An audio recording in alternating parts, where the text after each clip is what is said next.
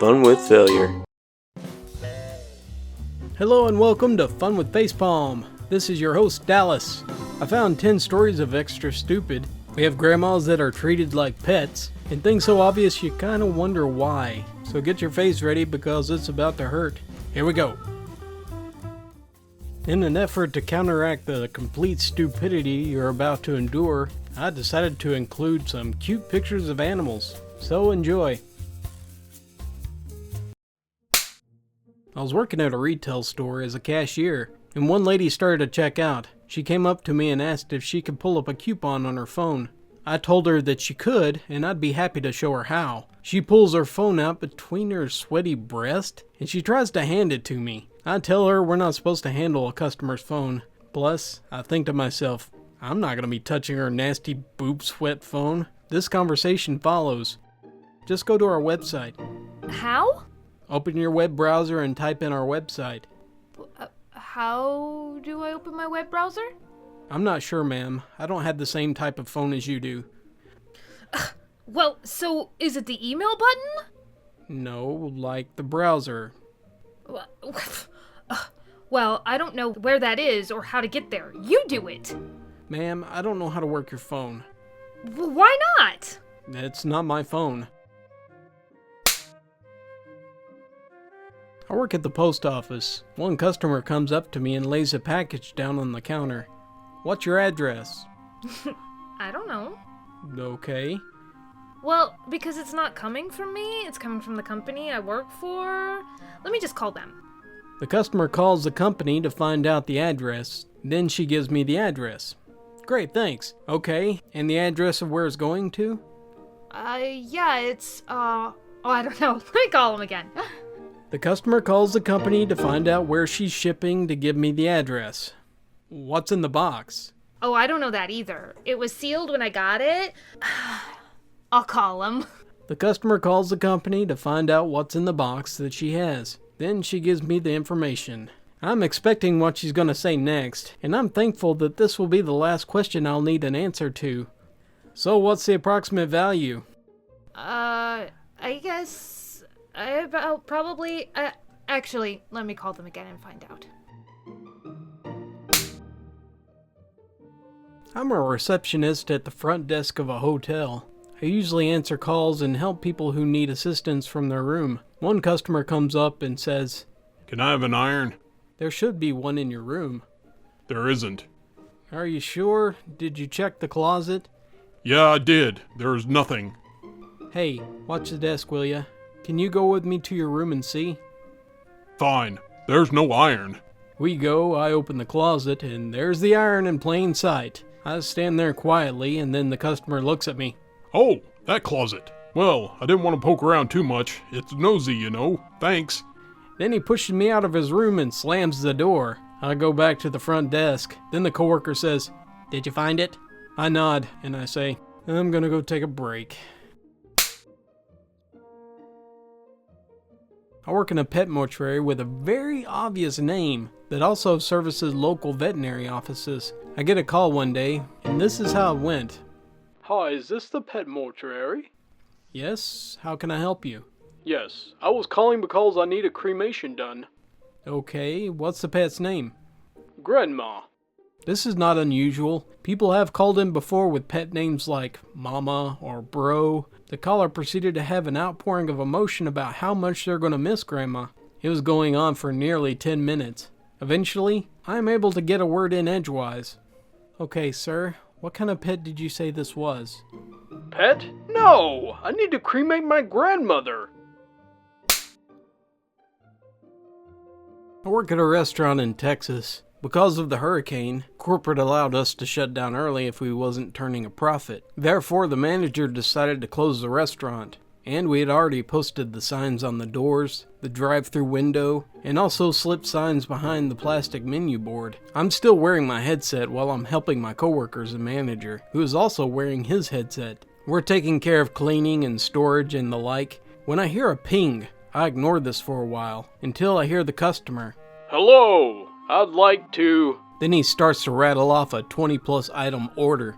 I try to interrupt the order by saying, "I'm sorry, sir, but we're closed due to the hurricane." Yes, I'd like to have 10 large sodas. Then he starts to rattle them off. I am sorry, sir, but we are closed due to the weather. We will be open again at 10 a.m. tomorrow, and we apologize for the I thought you were open 24/7, and besides, it's only 10:15. First thing, we're not 24/7, and second, even if we were, we're closing due to the storm. We already have the signs on the menu board. Are you going to take my order or not?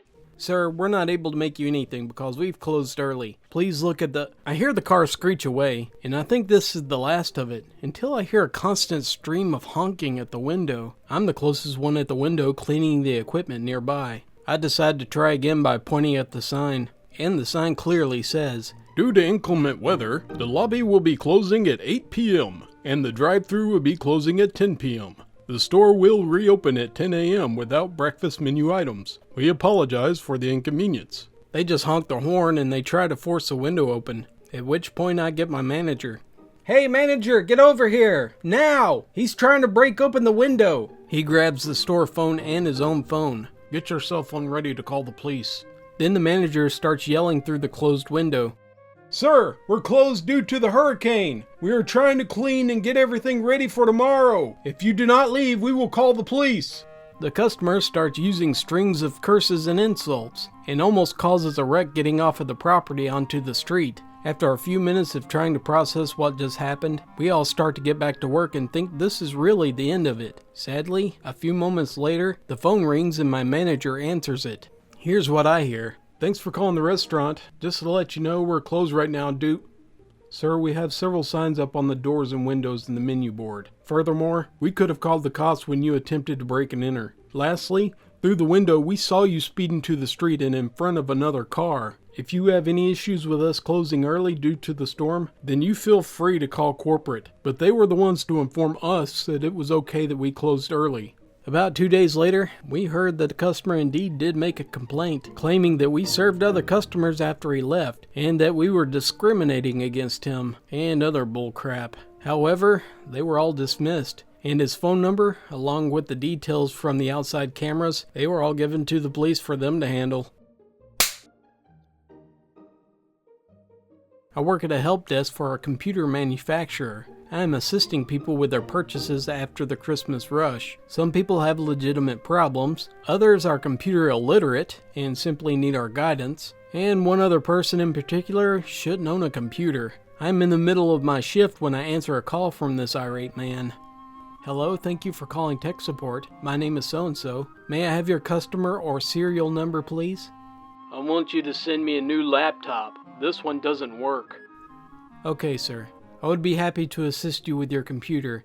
I just need your customer or serial number, please. After a bit of back and forth, he finally allows me to guide him to the serial number on the back of his computer, and he reads it to me. Okay, Mr. So-and-so. I have your account brought up, and I see that you recently purchased the laptop. What's the problem you're experiencing with it? I can't get it to install a program, so I want you to send me a new laptop. Sir, I understand your frustration. I need to do a little troubleshooting to identify the problem before I issue a replacement. May I have the name of the program you're trying to install again, please? It's this program. I quickly do some research to identify some compatibility issues with our computer, or his version of Windows, to discover that there is. The program is only written for Mac. It will never, ever work on his machine. Sir, that program is for Mac only. Windows can't run it. I want a new laptop. This one is broken. It won't install the program, and it should. I want a new one. Sir, it is much like putting a DVD in a VCR. While they are made to play movies, the VCR will never be able to read a DVD. It's different technology. There's a guy at your company that told me that I could, and he knows computers. Sir, if you purchased a car and tried to put a bicycle wheel on it because someone told you that you could, would you return the car to the dealership and demand a new one because it didn't work? He screams at me so loudly that I have to put the headset down. Yes, I would! Okay, sir. There is nothing wrong with the laptop that I can identify. It is functioning exactly the way it is designed. If you want me to troubleshoot other issues, I am happy to do so. However, I cannot issue a replacement at this time. What I can do, if you wish, is issue a return box with prepaid shipping. and you will receive a full refund as soon as the laptop and all of its components are received by our warehouse, as per your 30-day money-back guarantee. Then he started to call me several names that I can't repeat. You are going to send me a new computer, or I demand a refund. Sir, I was offering you a refund. Go screw yourself. Again, thank you for calling the company. Have a nice day. I hung up the phone and I sent him the return box while he was still ranting. I looked back at the notes on him, and he tried 6 more times with different technicians to get a new computer, and all of them told him the same thing. He eventually ended up accepting the return, thank goodness. I'm eating at a restaurant alone, and I overhear a conversation between an older man and a younger man in his 20s. When I was there, we were researching a method that could remove salt from thousands of gallons of seawater per day. Do you have any idea what that could mean for starving nations of the world? Completely seriously, I swear it. Wow, that'd be enough salt to last forever. Then the old man just went silent. I work at a call center in Canada. I don't offer services, but I do troubleshooting. How do I sign up for service? You came through the wrong department, but I'll be happy to direct you. You have 2 options. The most convenient is to sign up right on the website, but I can also transfer you to the correct department. Are you good with computers? Yes. Fantastic. Let me give you the address of our website. It's http. Wait, you're going too fast. It's H as in hospital, T as in Thomas. No, you mean T like telephone. Yes, T like telephone. Then another T like telephone, P like Peter. Wait, you mean P like pineapple? Yes, P like pineapple. So http:/. What's that? 2 dots, one above the other. Alright. After the 2 dots, there's 2 slashes. What do you mean? Let me just transfer you to the correct department. They'll be happy to sign you up for service.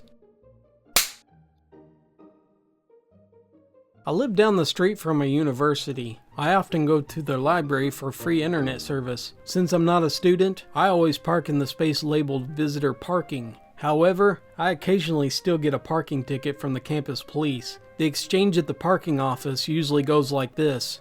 I need to dispute this ticket. I was parked in visitor parking. Students aren't allowed to park in visitor parking. Okay, I'm not a student. My car doesn't have a parking permit on it. Lots of students don't buy permits. Just because your car doesn't have a permit doesn't mean you're not a student. If I give you my ID, is there any way that you can see that I'm not registered in the university system as a student? That doesn't prove that you're not a student. I'd ask for the supervisor, who would just throw the ticket out. But after the 3rd time, I just stopped going. I'm still not sure how I'm supposed to prove that I'm not a student at that school.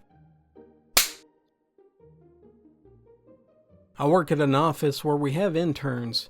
One intern that we have, she is not the brightest spark. Why isn't this pen red?